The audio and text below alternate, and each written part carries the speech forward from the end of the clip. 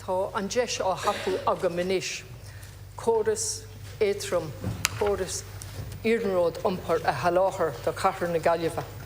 Agus is tótha tá an ceist thar a bheith tábhachtach, agus is sí an ceistí ná riire an bhfuil an dánacht ionad, an bhfuil an crógacht ionad, ceannaireacht a haspáins agus ghlacú leis an cuincreab seo, córas, hiarnród, éadrom a haláthair do Cathair nGaillimh. Minister, I'm seizing the opportunity with you today particularly, although I would have dearly loved to have raised Gaza as well, but I'm raising this with you as Minister for Public Expenditure and Reform. And the decision to roll out a light rail system in Galway requires courage, vision and leadership. And I'm specifically asking you, do you have that courage to embrace this project and roll out a light rail system for Galway as part of the solution to the chronic traffic congestion? The provision of a light rail system perfectly aligns with the national policy objectives in the revised national planning framework. And specifically, I'll refer to objectives 10 and 97, required a transport-orientated development approach served by a high-capacity public transport in the metropolitan areas of the 5 cities destined to grow, Galway being one of them. Moreover, at section 2.1 of the revised national planning framework, it clearly sets out that the 4 cities, including Galway, will require the potential of all 4 cities to be realised at an unprecedented rate to create viable alternatives to Dublin.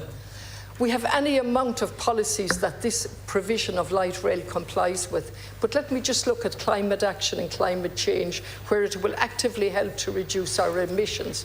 In relation to the costs of not doing something, the Department of Transport very helpfully published a report, The Economic Cost of Congestion in the Regional Cities. At a minimum, on an annual basis at the moment, traffic congestion in Galway is costing 35 million.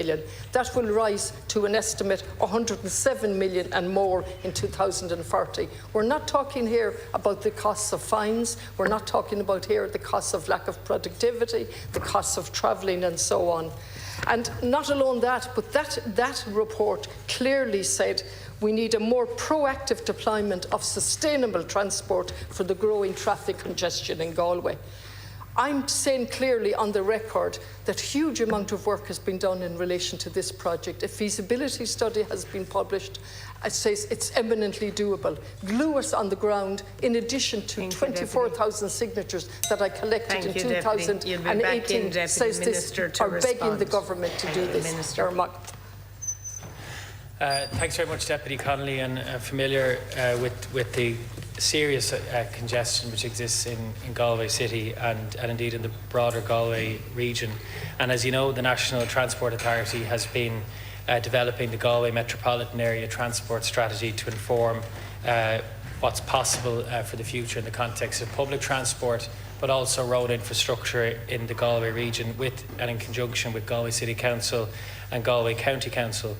And part of the development of this Metropolitan Area Transport Strategy necessitates the mode-specific analysis being undertaken for a light rail feasibility study and also the strategic roads feasibility study.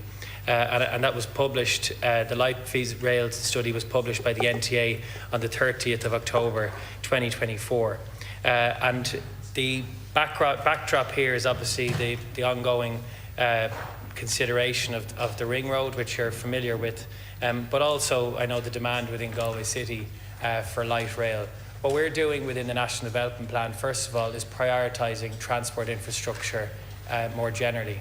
And that will involve a serious uplift in investment in transport infrastructure over the next 5 years, but also to set out a longer term position to really give confidence to the development of public transport infrastructure in our cities and between our towns and within our regions in particular. So obviously the work that's going on with the Metropolitan Area Transport Strategy will help inform what's possible in the short to medium term.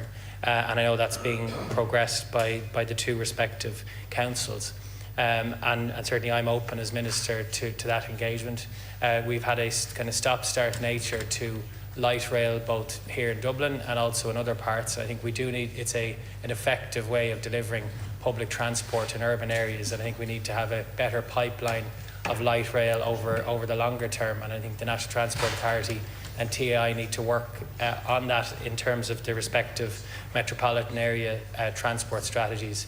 But I think for Galway, the immediate position is obviously there's a lot of interest in Galway, as you know, on the development of the ring road for many citizens and people that you represent, but also people in Galway who want to see light rail developed as an option within the urban sphere. Congestion is a serious issue, and I canvassed in Galway on many occasions last year.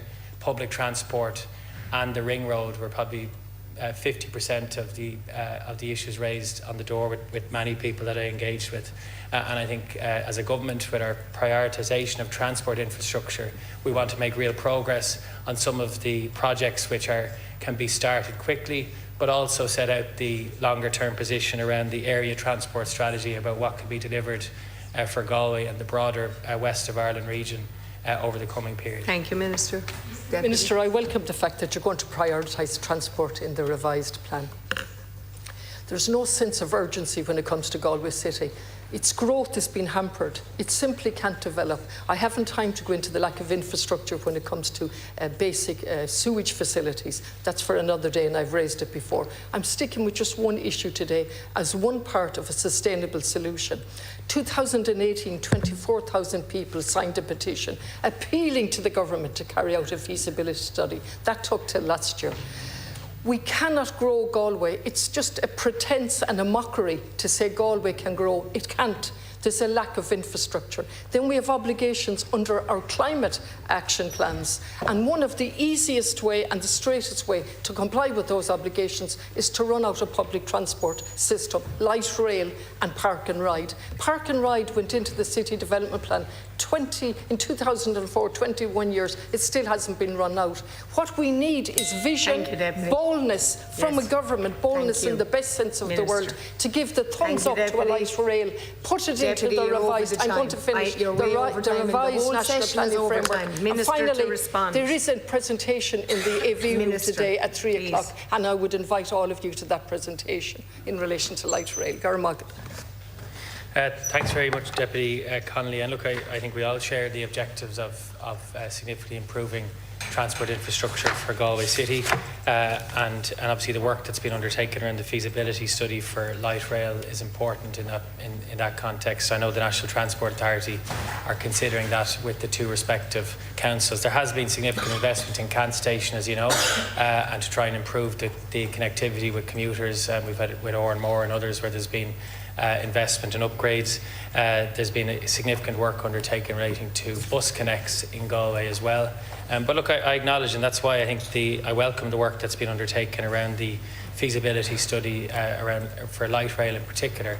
And as I said previously, I think we need to build more momentum on having more light rail in some of our urban areas where, compared to our last number of years where we've had a stop-start nature to it. It's an effective way of delivering public transport as we've seen in Dublin, for example, and something that will be considered in the context of the national. Thank you. We now